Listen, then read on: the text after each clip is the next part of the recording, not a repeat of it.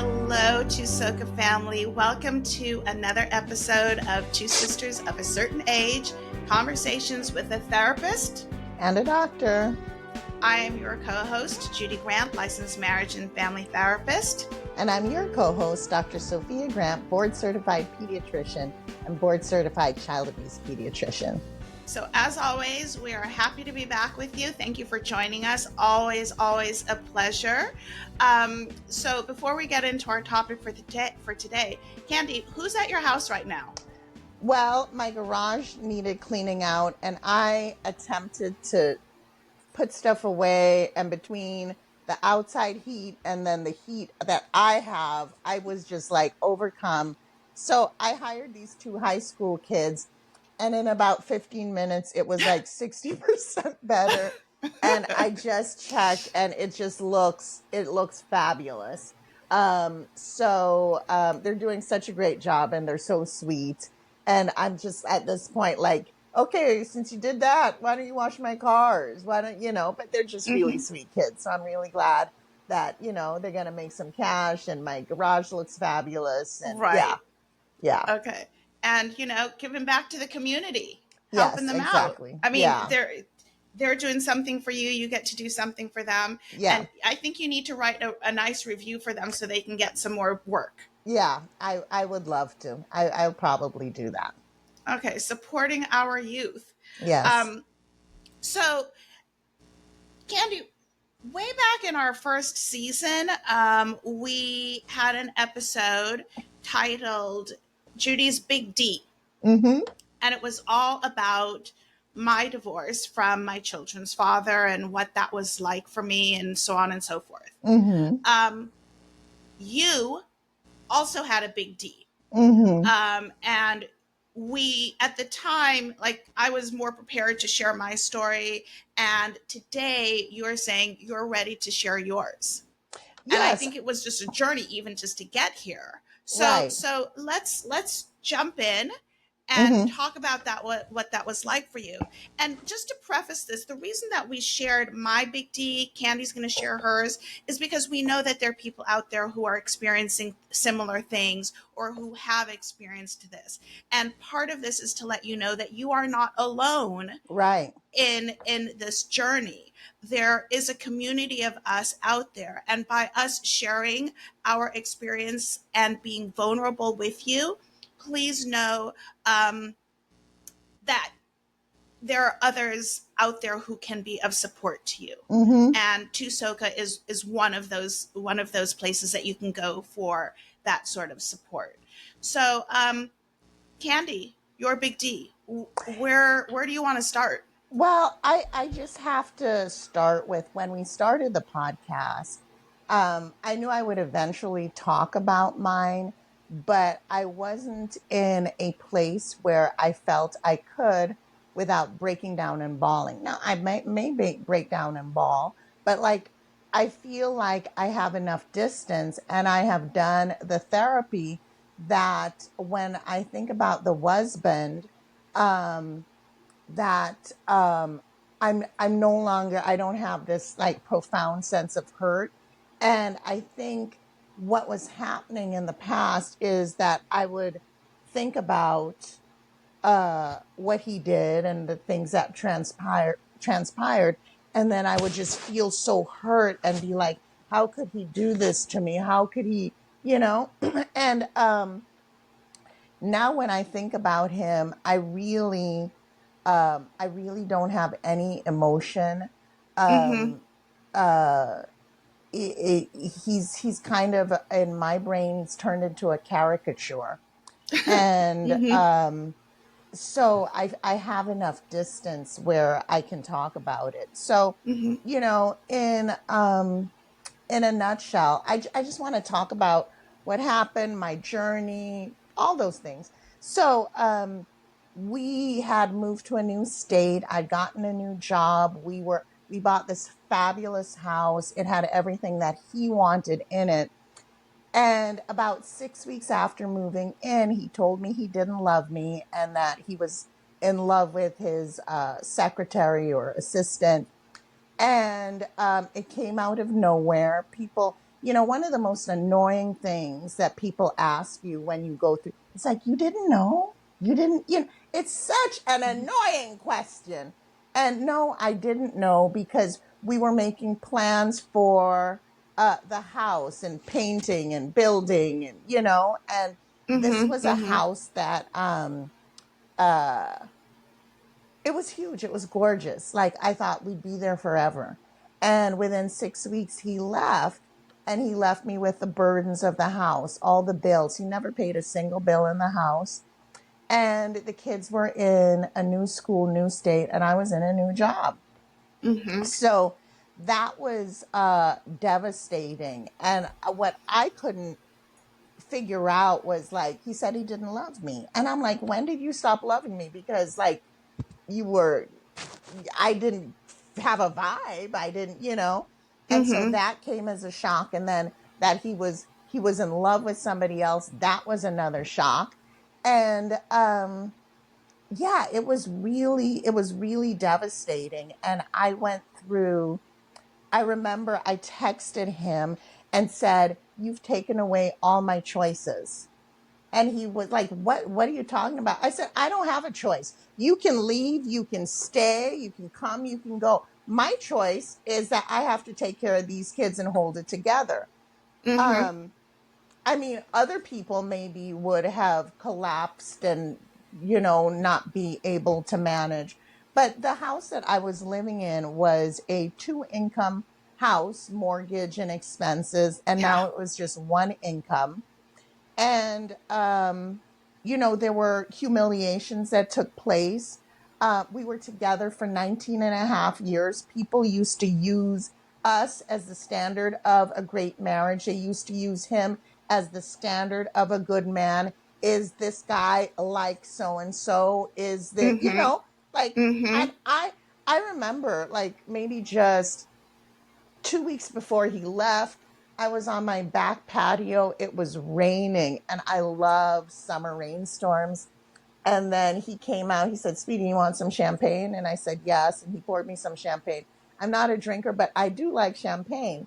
And then he kind of teased me and said, like, "How come your favorite champagne is so expensive?" I'm like, "I drink it 3 times a year. Give me a break." And I was looking out at my house at the rain, drinking champagne. And Yeah. I remember just being overcome with this feeling of just like gratitude. Right. Like, Lord, look where you brought me. I have this Mhm. job, I have this house, I have this marriage, I have these kids.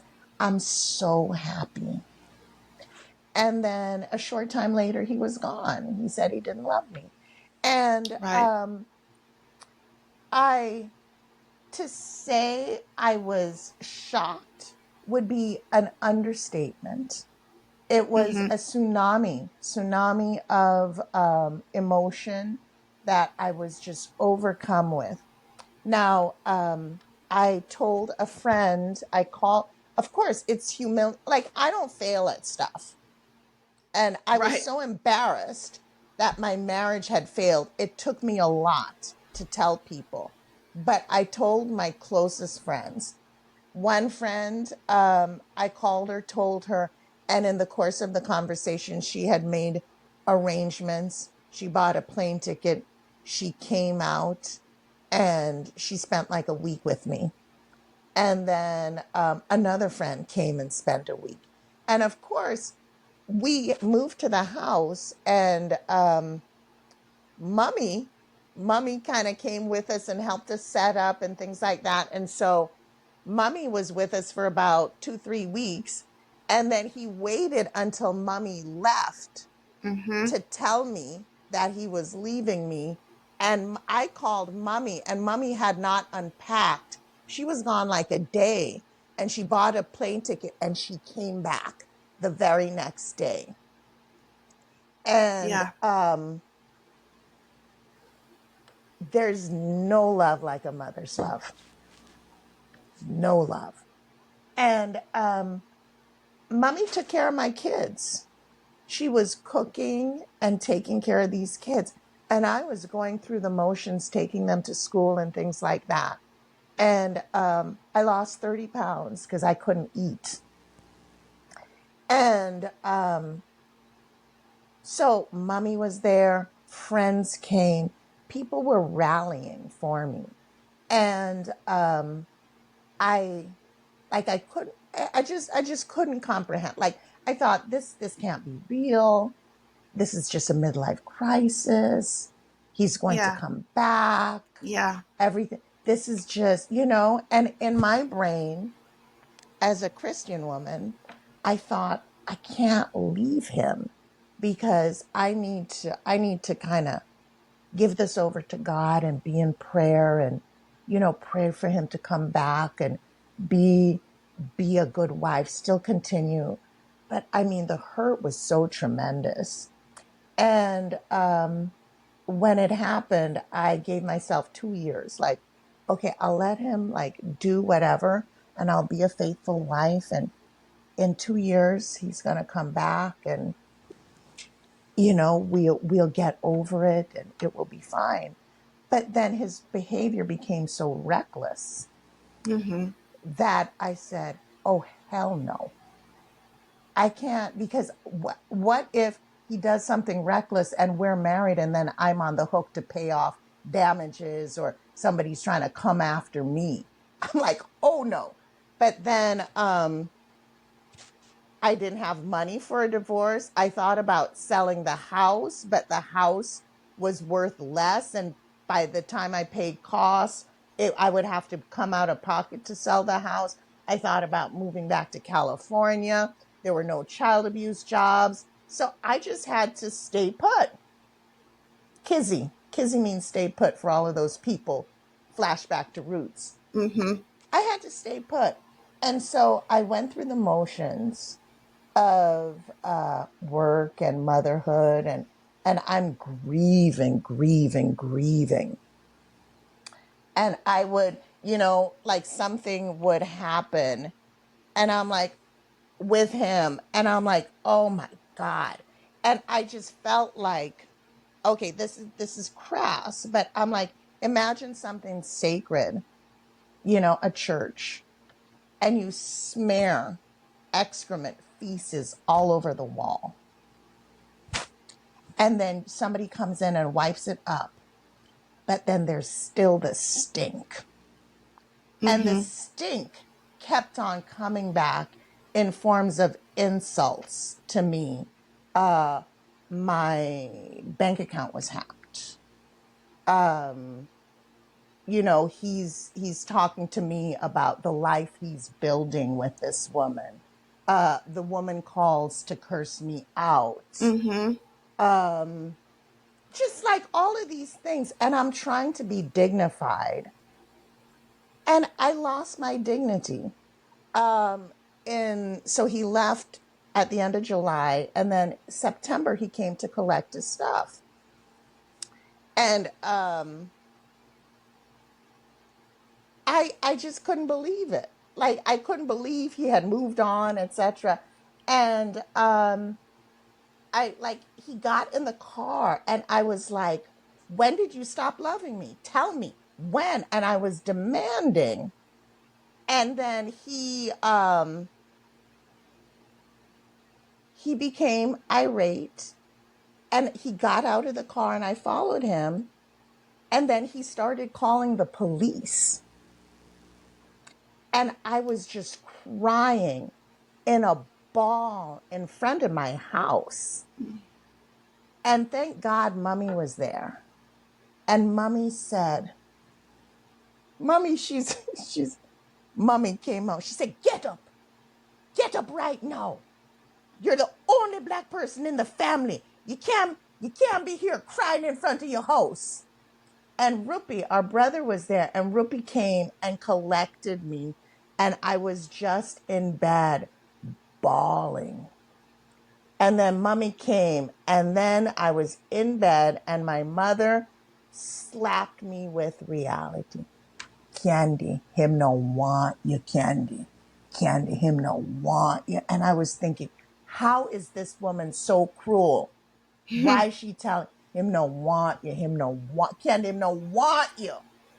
And then I said something to mommy and she said, don't talk to me like that. This just heightened emotions. And that was when I said, Lord, I come from strong people. And I know my great grandmother, Anna Ella Louise Frazier, who lost her husband and children, wasn't balled up in front of her house crying. I have more education, more resources. And I tell you, when I reached back into the strength of my ancestors, I was thinking about mom and I was thinking about Yaya, daddy's grandmother. I Mm-hmm. said, these Mm-hmm. women weren't balled up crying, embarrassing themselves in no neighborhood. I said, you need to pull it together. And that was when I began the process of healing. Now, of course, this is 14 plus years ago. Right. And I just am to the point where I can speak publicly about this without crying. But that moment was a turning point for me where I said, oh no, I am not going to be a player in Jerry Springer Theater anymore. Mm-hmm. And I was like, he has made choices for his life. And I try to be a good mother to the kids. Now, the thing is, when you're in this, you think you're doing fine, but you're not. You're not. The kids were neglected in the sense that I couldn't emotionally be there because I'm going through my grief. I was impatient, short. Um, and then, of course, after the first year of paying all the expenses and private school for these three kids, I had no money. No money. No money. And I had to take a second job. So, year one, 2010 to 2011, just going through the motions. Year two, 2011 to 2017, I'm working 2 and 3 jobs Mm-hmm. to pay Mm-hmm. the mortgage, the expenses, the tuition, all of that stuff. And, the kids were parentified. We've talked about that on the podcast before, because I gave Haley too much responsibility. And when I think about that time, I remember checking in on the kids at night and hearing my son cry in his bedroom at night. Oh. And then for the longest time, my youngest could not sleep in her bedroom. Why? Because her bedroom faced outward, the front of the house, and she would stay up all night waiting for the father to come. Mm-hmm. And then the eldest felt responsible for the divorce because when he was leaving, he said, you know what, if you don't want me to leave, I won't leave. He told a 14-year-old child this, but I don't love your mother. And she said, well, if you don't love her, then you need to leave. So she felt her words made him leave. Mm-hmm. So imagine dropping a bomb in the middle of this family and walking away. And then we've had to deal with the ripple effect for it for years. Right. Um, but in that time frame that I gave myself of 2 years, I first of all, I knew that I wasn't going through this just for the sake of going through it. There's going to be a lesson, a testimony that I would have at the end of this. And lo and behold, 2 years later, I was in New York in the studio at ABC speaking with Jeff Zucker, who had worked at CNN and all, and telling him about human trafficking and blah, blah, blah. And he was, just kind of Hollywood show business, fascinating. I never heard from him, but I was there. And then a little while later, I see Jeff Zucker producing episode of Trafficking with Jada Pinkett Smith. And I was like, well, would you look at that? Now, I'm no big name person, and I'm not going to be gatekeeping that because I think human trafficking is something that Mm-hmm, everybody should mm-hmm, know about. But would you look at that? Would you look at that? So I think the lesson that I learned is, well, after coming through that, I know in my spirit, I'm a badass. I know that you can't break me. I mm-hmm. will feel that I'm broken, but you can't break me. I felt like damaged goods for the longest time, like something that's broken and you can't put it back together. But then I learned about the Japanese art of repairing broken things called kintsugi, where pottery is broken, you put it back and it's more beautiful and more interesting than it was before. So I have different layers to me now. I'm a badass. And then, one thing people would say, I'm so proud of you. You've done so well. I'm like, I don't like that compliment because what else could I do? I had to take care of these kids. Yeah. They didn't ask to be born. And I was really resentful that he wasn't stepping up financially. And I had to say, wait a second. These kids didn't ask to be born. They're my responsibility. My body nourished them, housed them, and then when they came out, they were nourished by me. They have my mitochondrial DNA. They're more me than they are his, mine than his. So you don't have to go halvesies. If you don't want to, the responsibility's on me. And I made a way. And so, now that I have distance from it, I can reflect on things that he did and said that maybe that was a clue. The indifference, like he used to fill up my car with gas. And then one time I said, hey, can you fill up my car? And he's like, what am I, the gas man? And I'm like, this is bizarre. And that was a few months before he left. So I think he was mentally separating and, going through the yeah. Candy, I have to pause.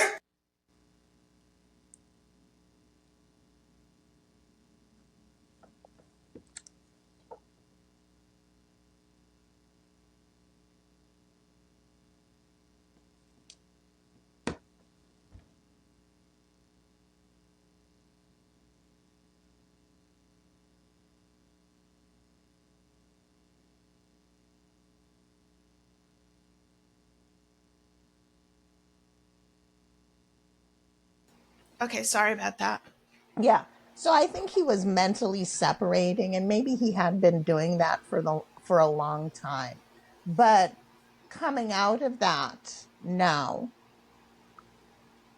in retrospect, one of the hurtful things he told me is, you always loved me more than I loved you. And I remember I said, oh, I didn't get the memo. I didn't know that I should love you less, or, and he would do and say things to me that were extremely hurtful that I don't really care to revisit. But, the thing is, he's chosen his life and he's made decisions. And I have, made my decisions. What I can say is that, my family, my group of 4, I love us. I love the 4 of us. I think we're so great. And for the Mm-hmm. longest time, I didn't refer to me and the kids as family because I didn't think we were a family. I thought we were broken.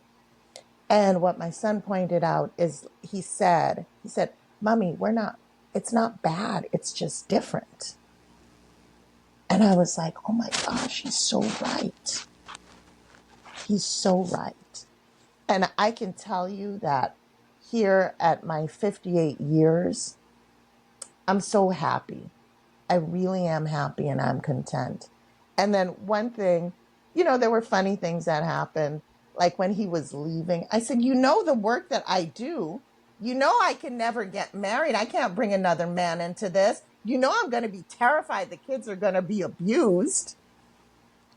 And, One time I acted all soap opera on him. Like, I think it was the day that he was coming back to bring his clothes. He said, and I said to him, it was just kind of like an Alexis Colby speech. I will spend the rest of my life making your life miserable. When you look around, I'm going to be there. When your life falls apart, you're going to see me. I have resources you know nothing about. And I remember the terror in his eyes. And it was so fun to see that at the time. But that was like my soap opera Yes. actress, you know. But I'm just, my friends came through for me. They came through for me. My family, my faith. Oh my, it it yes, yes. And I had struggles. It wasn't easy. I mean, I've just been talking for 25 minutes, and it was a freaking nightmare. Like whenever we went to Costco, he would be the one who say step back, and he would pack the back of my car, and I couldn't touch anything. And the first time I went to Costco after he left, and I'm just in the parking lot crying because first of all, I hadn't been to Costco in years. And then when I'm packing up and I'm like, oh, he used to do this. And then when we go on the soccer road trips and we have to check to make sure that there's nothing left, he was always the one to do the sweep. You know, Mm-hmm. at Mm-hmm. nighttime he would lock up. And then so I had to Boogie took over that job. I'd say, okay, have you checked the perimeter? But there were lots of painful things that happened. But I'm stronger. I counted on my personal resources, my wherewithal. And yeah, I had to work 2 and 3 jobs. I wasn't mopping floors. I wasn't doing anything demeaning. And then my night job, those people were fabulous. I made fabulous friends there. And when my spirit was broken and I'm like, oh my gosh, I have to go to work at night, I would go to work and I'd be happy. Yeah, I'd be Mm-hmm. seeing patients, but working with those people, just wonderful. Wonderful. So let me tell you something. If you are going through divorce or somebody blindsides you and you feel like you can't go on, dig deep. You can go on. Maybe you can't do it by yourself. You need to count on your friends, your circle of support, but do it. And as bad as you feel, you're going. I remember we have a cousin who said, Candy, you know what me want for you? Me want you just put nice lipstick on, nice red lipstick, and you're going to laugh and be embarrassed you were married to him. That's what's going to happen. And when she said it, I said, oh, I could never be embarrassed. No. Now, oh God, I can't even elevate him to the point of calling him ex-husband. Because that's mean he was married to me, so husband is the more suitable title. You know, I don't want to be affiliated with him. Mm-hmm. And I remember I'm grateful that I had those kids. You know, those kids are fabulous. But I would have had fabulous kids with anybody. But those kids are fabulous. The product of that union produced these 3 wonderful kids. I'm grateful for all of it. And I just want to thank therapy for getting me to this point where I don't cry.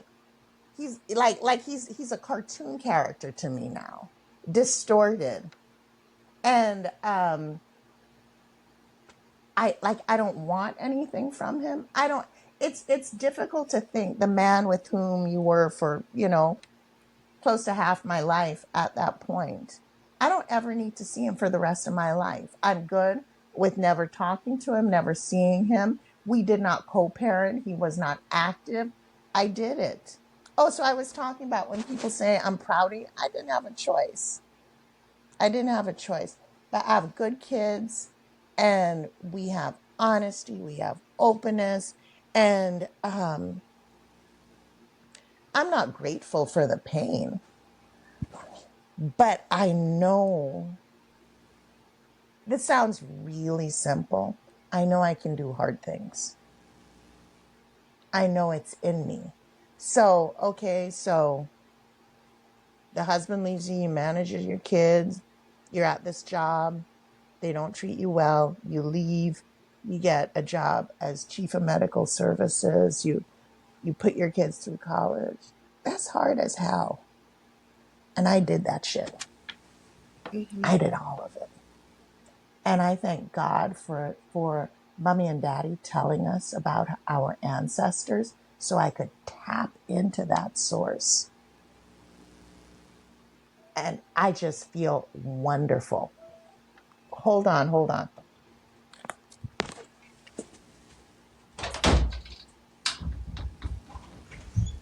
Yeah?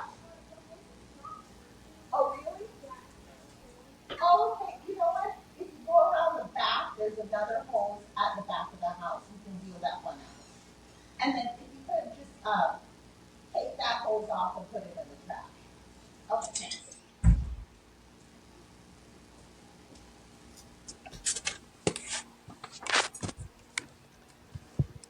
So, Judy, what Yeah. was it like for you seeing me go through that? Well, I'm going to be honest. When you said you were ready to talk about it, my response was, oh shit, because I know how long it's taken you to get to this place where you can speak about it in kind of an indifferent sort of way. Like, Mm-hmm. nope. If I was to describe an emotion coming from you as you were sharing just now, it was kind of oddly joyous. Yeah, It sounds crazy, yeah, but the but idea that that is, you it's not to diminish the pain that I was in because I no was in a dark, dark place. listen. So no, but I'm just so proud to have seen, like, to have witnessed this arc Mm-hmm. and to see you emerge on a side where you can talk about this. Because I'm going to be honest, Candy, year and a half ago, you couldn't have talked about it. No, A year and a no. half. So that's no time. But you found this amazing therapist. And I remember a day when you had this breakthrough Mm-hmm. with this therapist in regards to the husband, and how, like, since that moment in time, things have changed for you where you can talk about it Yeah, on Tusoka. yeah. So, I'm just, there were many times where Candy would call me, and it was, I just can't believe he did this to me. Mm-hmm. I just can't believe. And that wasn't in year 1 or 2. It was year 7, year 9, year You're 12. 12. I just can't believe he did this to me. And the fact that you're here now saying, yeah, he did it to me and I'm over it and I'm moving on, I think that's just huge. So Yeah. I so happy that we've gotten to this place, um, where you are, like, reconciled, Mm-hmm. right? There is closure there. So when it happened, it was devastating. It was devastating for all of us, Yeah. clearly. And I remember, because Maxine was with you, I had brought her down to Texas to hang out for a while, and then Mummy was going to bring her back. So it was the day after that Mummy and Maxine had returned to California that Mm-hmm. this happened. And it was like, this can't be real. Candy and this guy were like, had it all going. They Oh, were yeah. like modern day Huxtables, where people were admiring and praising this beautiful couple and these three amazing children. Exactly. And it was like people looked up to you. So Mm-hmm. the idea that it crumbled was like, what the frickin' frack just happened? None of this makes sense. Mm-hmm. And like you said, 2 weeks ago, he's like, sweetie, let me get you some champagne. Yeah. That does not sound like a man who is planning his exit strategy. Right. So when And then people the thing is, say, it wasn't just any champagne, it was my favorite champagne. yes. So when people say, didn't you see it coming? Absolutely not. He's here Mm-hmm. serving me my champagne 2 weeks prior. Um, so it was like devastating for me to think like I loved him. Mm-hmm. He was so good. He was so kind. He was so this, that, the other. He was so supportive of me when I Mm-hmm. was going through my shit. The idea that he's now doing it was kind of mind blowing. Mm-hmm. So there was a lot of that like you were processing and I was processing. We all were, to try to make sense of it, and we couldn't really make sense of it. It just didn't make sense. Yeah. Um, and like so disappointed and so hurt Mm-hmm. by him. And I wasn't the wife. I was just a Yeah. sister-in-law. But you loved him. But he meant Everybody so did. much. Everybody did. Mm-hmm. Right. And like I don't even know. But I can tell you those conversations that you and I would have where you're just on the phone, just crying, just crying, just crying, and how that like broke me open to Mm-hmm. see my sister in in so much pain, to see this sort of dream lost, Mm-hmm. um, was was heartbreaking, and I shed my tears on here, as you were shedding your tears there. Um, I don't know, Candy. It's like you're talking about it in a really easy manner right now, and I'm thinking about it, and I'm the one getting Getting emotional. worked up. Yeah, I I'm know. getting emotional. I want to cry because it was so hard for me to watch you go through that. Right. Now, I just want to say that in this 14 years, I had tried multiple therapists. Yes, let's talk And about that. the therapist would say, "Oh my gosh, you're doing so well." Or, "Oh wow, you're fine. Look at you." And No. I couldn't find somebody who I meshed with. And my dear friend Suzanne, who was on our menopause boot camp episode, recommended someone to me. And I was in this stuck state. Like, I just couldn't get out of that, like quicksand. And, the therapist is expensive and I'm paying out of pocket, and I feel it. And I'm grateful that I can pay for it. But if you don't find a therapist that works for you, keep on trying until you find something that Mm-hmm. works. Mm-hmm. Because I think this woman brought me to this place where I can be matter of fact about it. Right. And one thing, when I was talking to her and I was telling her about things that happened and what he did, I was always doing this, and she's like, "Sophia, stop. You see that you're pushing? You're pushing him away. You're pushing." And I didn't realize. And now, like, like I'm so grateful for therapy for bringing me to this place. Mm-hmm. So find a good therapist, find somebody who you mesh with, and don't feel bad if you're still in pain years later. Because I Mm-hmm. was there, Yeah. but now he's the husband, and maybe I'll see him at kids' graduations and weddings and things like that. But I don't need to see him ever again because we never co-parented. The kids are adults, and Yeah. you know, Yeah. um, yeah. But it's I have an impression about the life he's living, um, and I don't think it's as happy as mine is. It can't be Right. because I have access to the kids all the time. So whatever. If he's living the best life, that's fabulous for him. But I One just go ahead. one thing I want to point out is both in your situation and my situation, they were different, but Mm-hmm. this is remains true that those two men, yours and mine, had no idea of the ripple effect or did not care about the ripple effect that this would have Right. on the children. Yeah. Um, and I know the challenges that my three have with their father being the way he was, Mm-hmm. and the different challenges that your three have. And Mm-hmm. these, I'm not saying these men, like sweeping generalization, all men. I'm talking about these two Mm-hmm. were so focused on themselves, and it was all about them and what made them feel good, and Yeah. what they needed, what they wanted, that they never stopped to think about their children, not us as, Mm-hmm. they weren't thinking Right. about us as adults, but they didn't even give the children the grace to empathize with what they were going No, through. no. Yaya looking out the window Yeah. every night, Yeah. Haley in this She's parentified yeah. position. Yeah. She slept with me for months.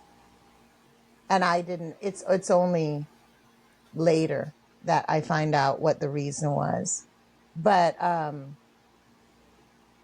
yeah.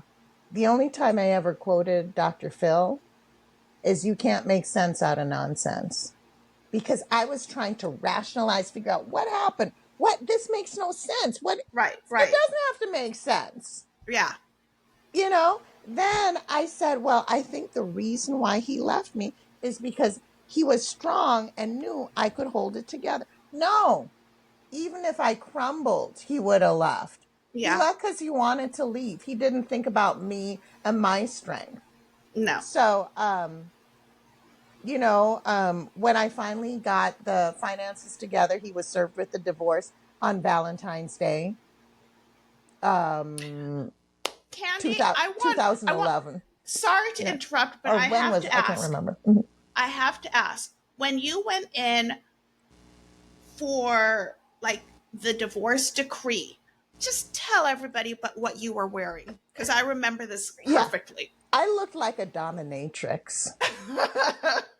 I was in some high heel leather boots, knee high boots, leather skirt, black top, and my hair was in this French roll. And I wanted to be tough. I And remember us talking about it. You like this display of strength, oh God, yes. and to show these people that this did not break you. Right, right, right.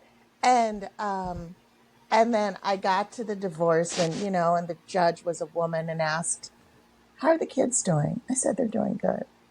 And the divorce was granted. And I remember Yaya, this is not custom clothing for me.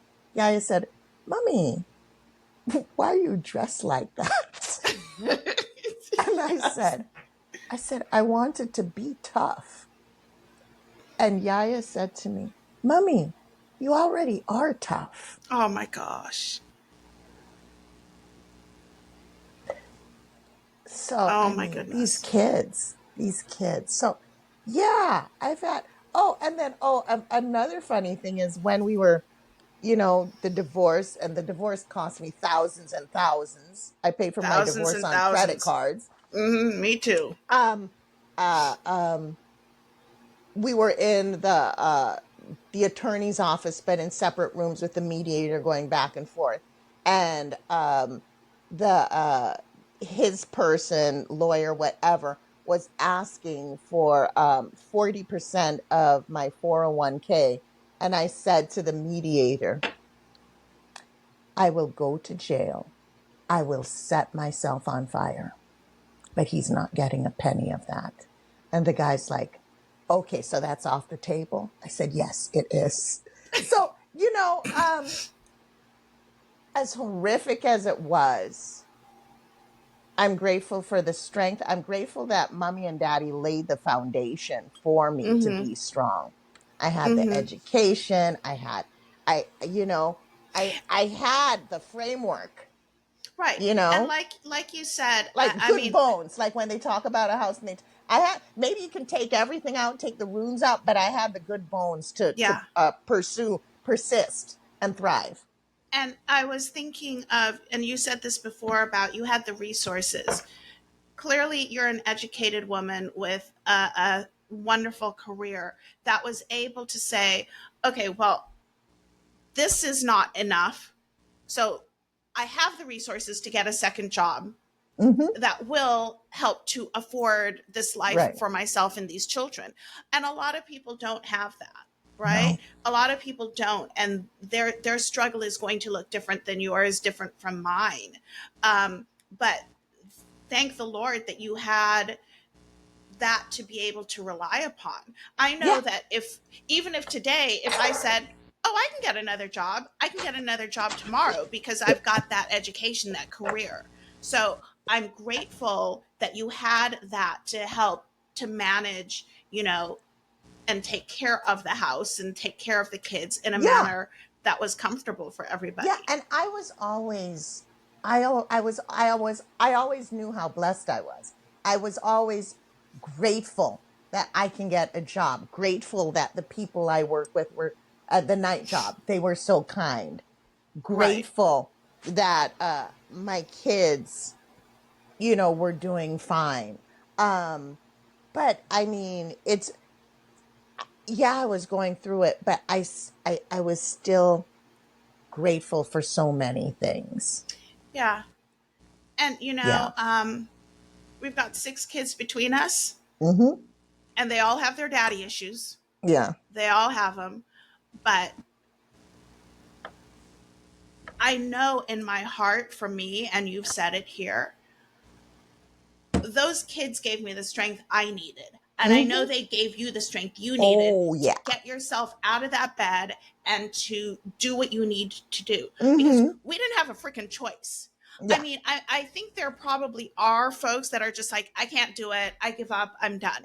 Yeah. And I was like, I don't have a choice. I got to get Yeah. up. I still have to change diapers because my babies were still little. Mhm. I still need to get to school. I still need to do this. I still need to do that. So all of this is going on in the background, but I still got to live my life today for these children and for Mhm. myself. Right. And I know, and I'm so grateful that I had my 3. And I know that your 3 gave you the strength to be that badass, uh, Mhm. and to push through regardless of how hard it was. Mhm. And, yes, Haley had this parentification thing going on, but in this situation, that was unavoidable. First, she's the Mhm. firstborn. They always have Yeah. that sense of Yeah. responsibility. But it's, if that's the worst that happened, Yeah. Yeah. Yeah. So, I mean, oh my gosh. Yeah, I'm so great. Like, I mean, just gratitude for my family, gratitude for therapy, gratitude I persevered. Just living in a space of gratitude. And I mean, I said it before. I love the four of us. yeah, Our little fam bam, we got it going on. We got it yeah. going on. So, And it makes you realize that, yes, it was devastating, but there's so much more to life. It's oh not my like God. I'm not Yeah. hanging my hat on you. Oh yeah. I'm not No. waiting for you to come back. Yeah. I'm not needing you at all. Yeah. So I am happy with my life. And I remember thinking I would rather be alone than in that situation. Mm-hmm. And just knowing that alone was going to be great. It was going to be Mm-hmm. fine because I had my children with me. Mm-hmm. And I know that, you were fine. You made it Mm-hmm. work. It was hard. And Oh, I remember, I know how hard it was. It was hard for you, for the kids. It was devastating for all of us. But you come from people, oh yeah. and you are that badass. Mm-hmm. Yeah. Um, and not just because of your career, just because of the character of who you are and the fact that you are going to figure out how to make this work regardless. Exactly. Exactly. So, I want to give Marley a shout out. oh yes. So, Marley, was the family's Rhodesian Ridgeback. Sweet, sweet girl. Such a sweet dog. Now this is making me cry thinking about This Mar. this is making you cry. But, and I say this because, our animals bring us so much comfort, and they know when we're going through something. And Candy used to tell me that she would be in bed and Marley would just come. She was tall. Marley would just come and rest her head on the Yeah. bed So just to be with yeah, you. I would be lying down on the bed, and Marley would sit like facing me, and she would press the side of her head against my leg, which is something she never did before. Right. And she would do it for hours. And So, that dog brought me so much comfort. right. So when you're talking about resources and support and you think about your job and you think about your friends and your family, let's think about Marley Yeah. because Shout out.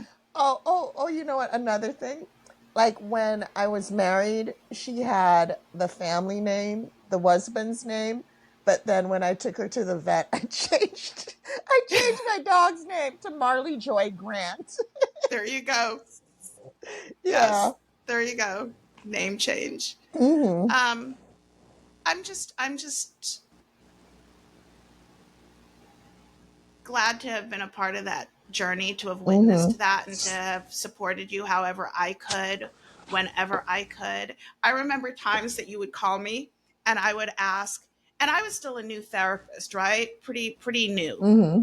Either I was in school just coming out, and I would ask him like, do you want me to be your sister or do you need me to be like therapist in Mm-hmm. therapist mode?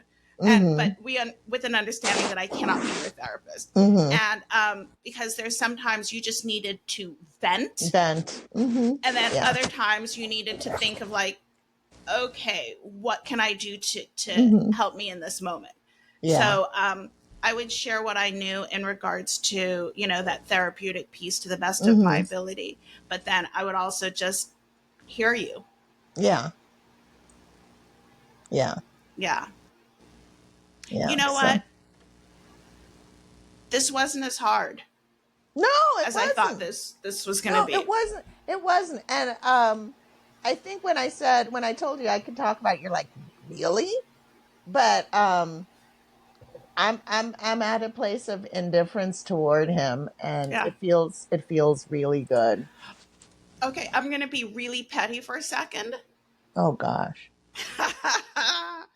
Okay, both of those men, yours and mine, they kind of crumbled after I don't know. we. Maybe he's rising like a phoenix, but it's Yeah, not what mine I mine is mine recognize. is not rising. I don't know. And I'm just I'm just I'm just kind of glad for that to petty part to of me quote our that's like, cousin Leslie, I don't know and I don't care.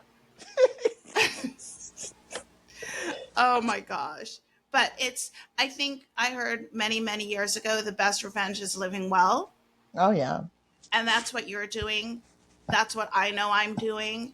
And we don't have to prove anything to them because we're just Mm-hmm. living our lives and we're Yeah. just happy in our lives. Yeah. Um, and so I'm grateful that, we're you're in a place, I'm in a place where we're both just living well and Mm-hmm. happy.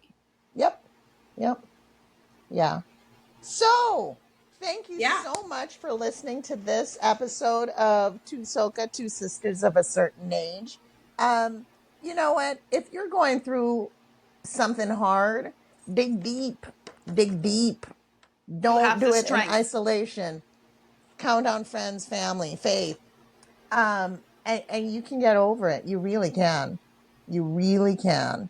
So, thank you for listening. Remember to like, follow, share, rate, share with friends. Listen to this episode with a friend who's going through stuff and then talk about it.